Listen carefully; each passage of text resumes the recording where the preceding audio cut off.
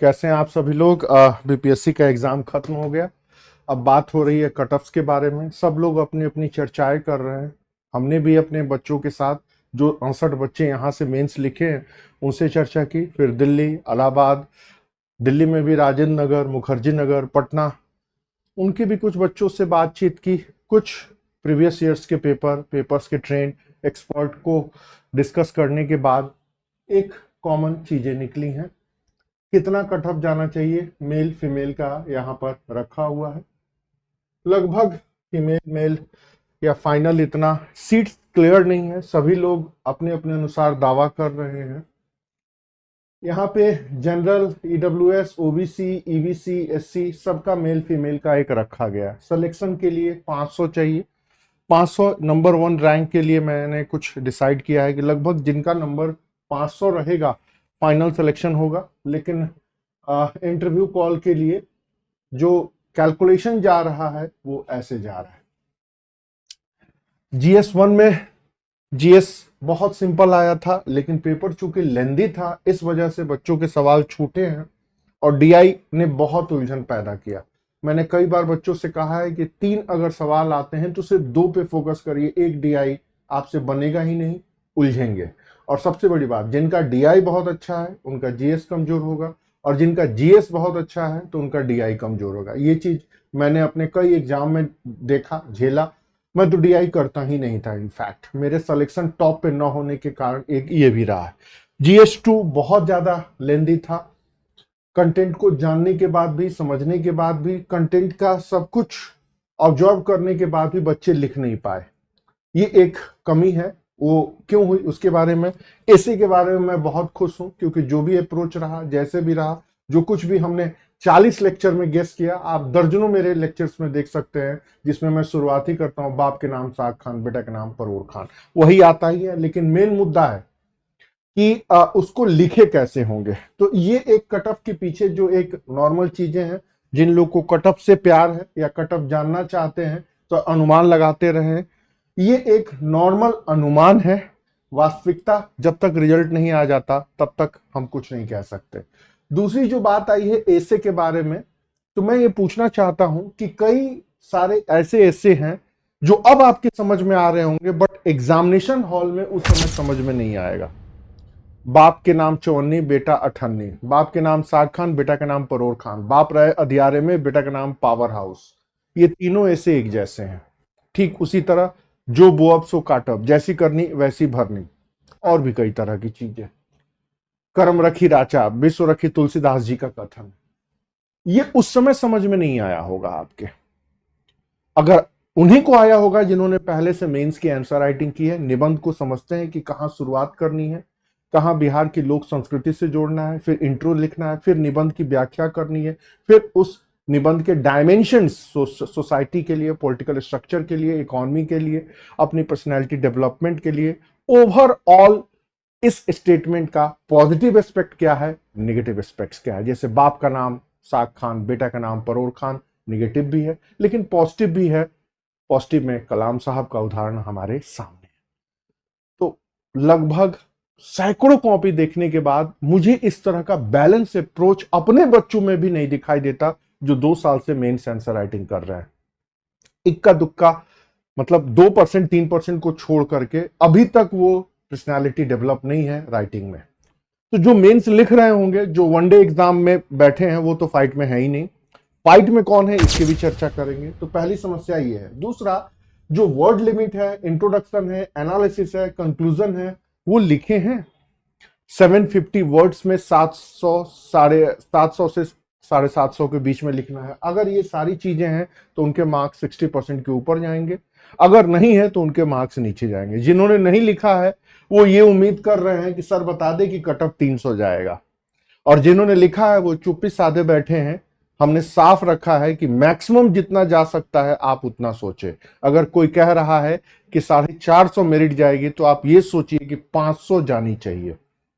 तीसरी बात है कि इस ऐसे की यूटिलिटी, इंपॉर्टेंस क्या है हमारे लाइफ में। बच्चे ये लिखते ही नहीं है। मूस मुटैये लोढ़ा हुई है, हाथी न घोड़ा हुई है, आगे नात न पीछा बखा पगहा, पोखरा में मछली नौ नौ कुटिया बखरा, जो बोअब तो काटब, बाप के नाम साग, बेटा के नाम परोर, वगैरह वगैरह, इसका क्या यूटिलिटी है, ये बच्चे लिखते ही नहीं है। एक निबंध से एसडीएम की पहचान कैसे होती है वो भी रिफ्लेक्ट नहीं होता उनके आंसर में, बस वो लिख आते हैं रटंत घुटंत और लिखन। और उस निबंध में क्या लिखना है क्या नहीं लिखना है, एडमिनिस्ट्रेटिव अप्रोच नहीं झलकता। जैसे सोसाइटी से जितने भी स्टेटमेंट वाले ऐसे हैं वो कटाक्ष हैं, वो एक समाज के लोग या किसी व्यक्ति विशेष पे लोग कमेंट मारते हैं, उनका मजाक उड़ाते हैं भद्दे तरीके से, बट ये एडमिनिस्ट्रेटिव अप्रोच नहीं है। इसको लिखना होगा, लोक संस्कृति का हिस्सा है, ये जन संस्कृति का एक संवाद का तरीका है जिसमें लोग सकारात्मक नकारात्मक दोनों रूपों में करते हैं। ये दर्जनों बार मैंने ऐसे के डिस्कशन में लिखा है। मैं जो देख रहा हूं, जो मुझे लग रहा है, इस पूरे ऐसे के सेक्शन में जो मैक्सिमम बच्चे हैं, लगभग पहले सेक्शन में 50 से 60% नंबर पा जाते हैं, दूसरे सेक्शन में लगभग 50% के ऊपर रहता है या ऊपर नीचे, तीसरा सेक्शन में या तो 30% आता है और या तो 65% के ऊपर आता है। ध्यान रखिएगा, दिल्ली, इलाहाबाद, मतलब दिल्ली का मुखर्जी नगर, राजेंद्र नगर के बच्चे इस भीड़ में हैं जिन्होंने रेगुलर राइटिंग की है। बाकी सारे जितने बच्चे जो रटंत घुटंत और लिखंत है ना, मेरी बात नोट कर लीजिएगा, 30% से ज्यादा नंबर ऐसे में नहीं मिलेगा, याद रखिएगा। बाकी बहुत सारे लोग वीडियो बना के दावे करते हैं, मैं चूंकि पढ़ा रहा हूं, मेरी बुक भी आप देख चुके होंगे, ऐसे की उस लेवल की बुक अभी तक किसी ने नहीं लिखी है। और इस बुक को लिखने में मुझे 20 साल लग गए। 20 साल किस सेंस में, अपने 5 साल का तैयारी वाला दौर और 15 साल का मेरा टीचिंग अप्रोच या टीचिंग एक्सपीरियंस या जो भी हो, 20 साल का अनुभव के बाद मैं उस पुस्तक को लिख पाया हूं। तो मैं कैसे उम्मीद करूं कि एक नया बच्चा या 30 साल के कम उम्र का बच्चा इस लेवल को छू सकता है, नहीं है। और एग्जाम की डिमांड ये है, तो याद रखिएगा मार्क्स कितने आए हैं आपकी अंतरात्मा बता देगी। दूसरी बात जो और मुझे बतानी है, GS1 में बच्चे अक्सर वर्ड लिमिट का पालन नहीं करते। जैसे जो 7, 8 और 9 नंबर के जो सवाल हैं उसमें इंट्रो और कंक्लूजन नहीं लिखा जाता, ये 99% बच्चे नहीं जानते हैं। दूसरा, क्वेश्चन के नेचर को नहीं समझते हैं कि प्रश्न क्या पूछ रहा है। मौर्य कला की प्रकृति, मौर्य कला का महत्व, मौर्य कला की देन, मौर्य कला के योगदान, ये जितने अलग अलग टाइप के क्वेश्चन है सबका आंसर उनका एक ही होता है, जो उन्होंने नोट्स में पढ़ा है, जो उन्होंने इम्तियाज अहमद में पढ़ा है, जो उन्होंने सर के नोट्स में, वो सब जाके टीप आते हैं।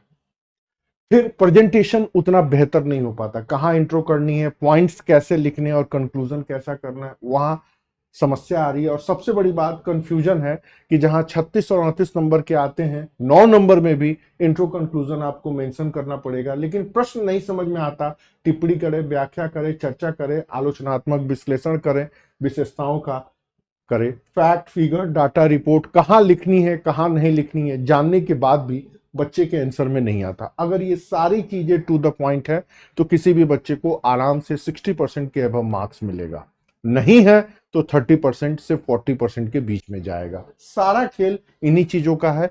किताब उतना महत्वपूर्ण नहीं है, मैटर उतना महत्वपूर्ण नहीं है, क्योंकि आज के सोशल मीडिया के युग में सबके कंटेंट सबके पास है। तो ये चीजें अगर आपके आंसर में है तो आप अबव 60% मार्क्स की उम्मीद रखिए, नहीं है तो अब आप 30 से 45 या 50% के बीच में रहेंगे। दूसरी बात, जीएस में देखें तो हिस्ट्री एंड कल्चर नॉर्मल आया था। करंट में जो भारत और विश्व के जो सवाल हैं उसमें भी मुझे नहीं लगता कि गठबंधन की राजनीति में इतना टू द पॉइंट बच्चे लिख पाएंगे। मुझे यह भी नहीं लगता कि ट्रंप 2 के आने के बाद वर्ल्ड का सिनेरियो जो बदला है उसको लिखने का कुवत इलाहाबाद के मुखर्जी नगर या पटना या दिल्ली के मुखर्जी नगर में है। हाँ, बट राजेंद्र नगर के बच्चे जिन्होंने बेहतरीन तैयारी की है, जिन्होंने आईएएस को बेस बना के चीजों को लिखा है, रेगुलर आंसर राइटिंग की है, वो जरूर लिख सकते हैं। और सबसे बड़ी बात, ये मैंने हैंड रिटन करके लिख दिया है, आईआर की चीजें लगभग फंसी है, डीआई ज्यों का त्यों है। सबसे बड़ी बात, बीपीएससी की जो डिमांड है वो एकदम लोअर लेवल की भी है और एकदम हायर लेवल की भी है, लेकिन बच्चे जो है ना लोअर लेवल के आसपास झूलते रहते हैं। सबसे बड़ी बात, मेंस के स्टूडेंट का जो आईक्यू लेवल है वो बहुत कुछ डिपेंड करता है कि आप कहां पढ़ रहे हैं, किससे पढ़ रहे हैं, कौन सा कंटेंट पढ़ रहे हैं। बच्चे तो एकदम मिट्टी हैं, हम जैसे टीचर कुम्हार हैं, जो कुम्हार मिट्टी को संरचना के रूप में बदलता है। मैं आपको यकीन दिला के कहता हूं, मुखर्जी नगर में एक दो संस्थानों को छोड़ करके किसी का लेवल ऐसा नहीं है जो एबव 60% के मार्क्स ऊपर ला के दिखाइए। सवाल लड़ गया, सवाल फंस गया, सवाल यूट्यूब के लेक्चर से है, ऐसे दावे हजारों लोग करते हैं। बट थोड़ा उनके कंटेंट को निकाल के देखिए, अपने आप समझ में आ जाएगा कि लेवल क्या है। फाइट किसके बीच में है बच्चे पूछते हैं, तो जो मैं बता दूं कि फाइट जो है वो सिर्फ और सिर्फ राजेंद्र नगर के बच्चों से है। पटना के इंस्टीट्यूट या पटना में जो भी बच्चे पढ़ रहे हैं, पटना का मेंटल लेवल फिलहाल इतना नहीं है, पहले भी नहीं था, अभी भी नहीं है, जो आपको एबव 65 के ऊपर ले जाए। हाँ, आपको मेंस निकलवा सकते हैं, इंटरव्यू तक पहुंचा सकते हैं, लेकिन ये दावा नहीं कर सकते हैं कि हम 65% मार्क्स दिलवा देंगे। नहीं, अब यही नहीं। आप जितने भी इंस्टीट्यूट हैं, कंटेंट को उठा करके देख लीजिए। कुछ जो दिल्ली के इंस्टीट्यूट हैं जिनका ब्रांच पटना में है, उनके बारे में मैं थोड़ा ये कह सकता हूं कि उन्होंने जरूर लेवल को सुधारने का प्रयास किया। रेस में कौन है इसकी भी चर्चा करेंगे, लेकिन जो बच्चों को भ्रम में फैलाते हैं वो है यूट्यूबर्स, मोटिवेशनल स्पीकर, सपनों के सौदागर, और जो आपको समय समय पर आके ऊर्जा देते हैं, जिनका सारा खेल माल कमाने तक है। 98% बच्चे हताश होते हैं, 98% बच्चे बहुत कमजोर होते हैं, फैमिली प्रेशर में रहते हैं, परिवार के अलावा समाज का भी प्रेशर रहता है, अटेम्प्ट की कमी है, इन सब में उलझे रहते हैं। तो उनको ये लोग प्रवचन करता सुन के उनको एक तरीके से मानसिक शांति देते हैं, लेकिन इस तरह की मानसिक शांति आपको बेबस बनाती है, कमजोर बनाती है, थोड़ा लाचार बनाती है। थोड़ा अपने अंदर हिम्मत लाइए, सिलेबस को समझिए, टू द पॉइंट चीजों को पढ़िए और राइटिंग करिए, लिखिए। चाहे आप रैंक 1 IAS के टॉपर हैं, उसकी बात को भी ध्यान दीजिएगा। उसने यही बात कही है कि मैंने सिलेबस को समझा और तब पढ़ना शुरू किया। शुरुआत के 3 अटेम्प्ट उसके बर्बाद हो गए। तो यहां भी चीजें वही हैं। GS2 की बात करें तो वर्ड लिमिट कई बच्चे कायम नहीं कर पाए हैं, खासकर शॉर्ट क्वेश्चन में, लॉन्ग क्वेश्चन में भी। और दूसरी बात, अपडेट कंटेंट डालने में वो थोड़े पिछड़ते गए हैं।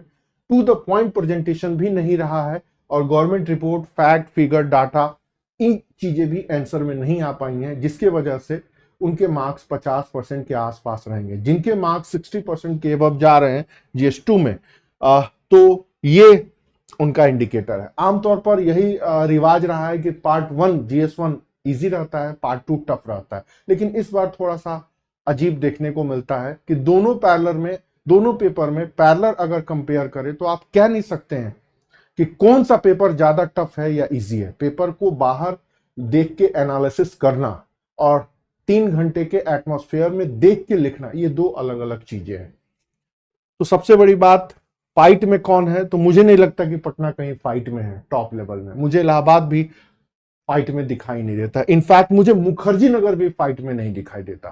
फाइट में है सिर्फ राजेंद्र नगर, फाइट में है IIT से पढ़े हुए बच्चे, फाइट में है NIT से पढ़े हुए बच्चे जो मेंस लिख रहे हैं। अब आप कहेंगे कि नहीं सर ऐसा नहीं होता, तो आप भ्रम में न रहें। बिहार के टॉप 50 रिजल्ट उठा के देखे, सब में आपको IIT और NIT दिखाई देगा। ये वो बच्चे हैं जो चुपचाप IAS का एग्जाम देने के साथ स्टेट PCS भी देते हैं, और उनका एकमात्र एम्बिशन रहता है कि पहले स्टेट में घुस जाएं, फिर IAS भी देते रहेंगे। एक तरीके से वो लिटमस टेस्ट है। फाइट में है IAS की गंभीर तैयारी करने वाले बच्चे, फाइट में है रेगुलर मेंस आंसर राइटिंग करने वाले। जो लोग भी टुटपुजिया लाल किताब, पीली किताब पढ़ के मेंस लिखे हैं और टेस्ट में जिनको 65% नंबर आ रहे हैं ना, इंतजार करिए, मेंस का रिजल्ट आएगा तो उससे थोड़ा अपने मार्क्स कंपेयर करिएगा। ये कोचिंग इंस्टीट्यूट इनको अबव 70% नंबर देके खुश करके जो टॉप करा देते हैं ना, ये सब क्या बोले, धोखेबाज हैं जो मिथक क्रिएट करते हैं, और यथार्थ से बहुत इसमें कोचिंग इंस्टीट्यूट भी दोषी है, इसमें ऑनलाइन प्लेटफॉर्म सबसे ज्यादा दोषी है, इसमें कंटेंट को प्रेजेंट करने वाले भी रिस्पॉन्सिबल हैं, बुक्स और नोट्स की भी हैं, और मेंस की जो आंसर की कॉपी जांचते हैं वो भी है, और जो कटअप का भ्रम झाल फैलाते हैं वो भी है। खैर ये सब तो चलते रहा है, आगे भी चलेगा। लेकिन अब मैं बात करना चाहता हूं कि अब आपको क्या करना है। 1-2 दिन घूम लीजिए, अब आप फोकस करिए PT के ऊपर, 71वें के ऊपर। जो लोग IAS देना चाहते हैं IAS दें, जो लोग UP देना चाहते हैं UP दें, और 71 पे करें। बुक्स को मत पढ़िए, जो लोग भी पढ़ चुके हैं अब बुक्स मत पढ़िए, सेट भी मत लगाइए, आप लगाइए करंट अफेयर्स बेस्ड GS। जो भी एक साल में देश में घटनाएं घटी हैं उनके ऊपर क्वेश्चंस को लगाइए, उनको बार बार रिवीजन करिए, उनकी क्वेश्चन को प्रैक्टिस करिए, उन क्वेश्चन को सोचिए, समझिए, उसके ऊपर डिस्कस करिए और फिर उनको सॉल्व करिए। और ध्यान रखिएगा टिल पीटी तक आप 10 से 12 क्वेश्चन से ज्यादा पर डे 24 घंटे में सॉल्व, उससे ज्यादा ना करें। टारगेट रखिए कि पीटी के पहले 300 से 500 नए सवाल मुझे सॉल्व करने हैं। अब मैं आपको खुल के बोलता हूं कि जो बाजार में सेट मिलता है ना, उसमें तीली लगा दीजिए, उनसे कुछ नहीं फंसता। आपको बस करना है करंट बेस्ड जीएस के जो भी सवाल है, कुछ जो बेहतरीन कोचिंग इंस्टीट्यूट्स हैं जो 40-50 साल से इस मार्केट में हैं, 20-25 साल से, जिन्होंने सच में परिश्रम किया है, उनके क्वेश्चंस को आप जरूर लगाएं, ठीक है। लेकिन ये ध्यान रखें, आईएएस का अप्रोच अलग है, पीसीएस का अप्रोच अलग है। हम लोग भी कई सालों से करते हैं, हम भी मई से शुरुआत कर रहे हैं। इच्छा आपकी, चाहे तो आप पीटी के लिए हमसे भी जोड़ सकते हैं, लेकिन 500 सवाल हम लोग सॉल्व कराएंगे और पर डे 10-15 से ज्यादा नहीं। Discussion, main thing is that discussion की पॉलिटी में एक साल में इतनी घटनाएं घट चुकी हैं, तब आपको पूरी जानकारी होनी चाहिए। उसी तरह साइंस टेक्नोलॉजी में, उसी तरह सिक्योरिटी को लेके, उसी तरह आपका एनवायरमेंट को लेके, ज्योग्राफी को लेके, इकोनॉमी को लेके जो भी घटनाएं घटी हैं उनके ऊपर अंडरस्टैंडिंग बनाए और बुक्स को थोड़ा सा दरकिनार करिए। नए बुक्स ना पढ़ें, सिर्फ और सिर्फ टॉपिक्स पर डिस्कशन करें। तो ये 71 वालों के लिए है, ये यूपी वालों के लिए भी सेम है और ये आईएएस वालों के लिए भी सेम है। तो मेन बात यही है कि जो बच्चे जैसा लिखे हैं मार्क्स उन्हीं के बीच में आएगा। ये एक कट ऑफ जो सीधे बच्चे पूछते हैं उनके लिए है, बट इतने नंबर क्यों जाएंगे उसके पीछे ये कारण है। तो इन सारी चीजों को एक बार नहीं, 2 बार नहीं, 3 बार सुनिए, आपको अपना मेंस का नंबर ध्यान आने लगेगा कि मैं किस रेस में हूं।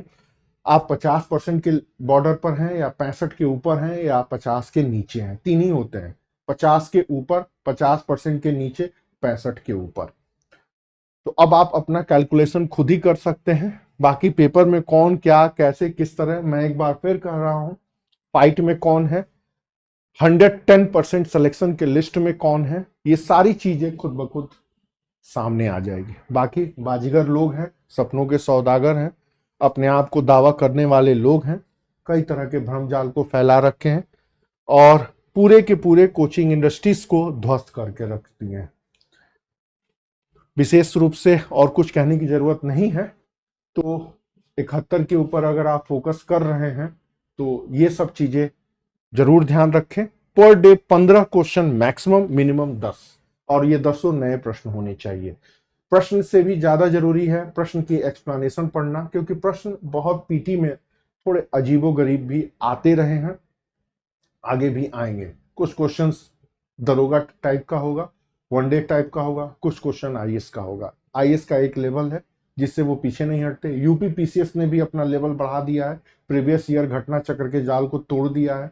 बीपीएससी अब लेवल धीरे धीरे बढ़ा रहा है, मेंस के पेपर को देख के लग गया होगा, बट पीटी में वो फिर झटका दे सकते हैं, दरोगा टाइप के भी सवाल को पूछ लेंगे और आईएएस टाइप के वो सवाल को। तो इसमें बैलेंस बनाना बहुत जरूरी है। सिर्फ दरोगा वाले क्वेश्चन पर आप फोकस रखेंगे तो भी आप पिछड़ जाएंगे, और सिर्फ आईएएस वाले क्वेश्चन पर अपने आप को टारगेट रखेंगे तो भी पिछड़ जाएंगे। एक मिक्सअप पॉलिसी लेके चलनी होगी। तो ये थी कुछ बातें, और भी बहुत सारी बातें हैं, जैसे कि आगे के कुछ लेक्चर्स में हम ऐसे को पूरा सॉल्व करेंगे सारी चीजों को, मर्जी हो तो देखिएगा। ठीक उसी अलावा जीएस 1 और 2 को भी डिटेल एक्सप्लेन करेंगे कि बीपीएससी चाहता क्या है। उससे आपको 110% अपने बारे में पता लग जाएगा कि आपका मार्क्स कैसे है। ये तो बस इतने बच्चों के फोन आए, 144 कॉल हो चुका है, सर मेरिट कितनी जाएगी, मेरिट के। अभी वो बच्चे भटक रहे हैं ज्ञान की खोज में।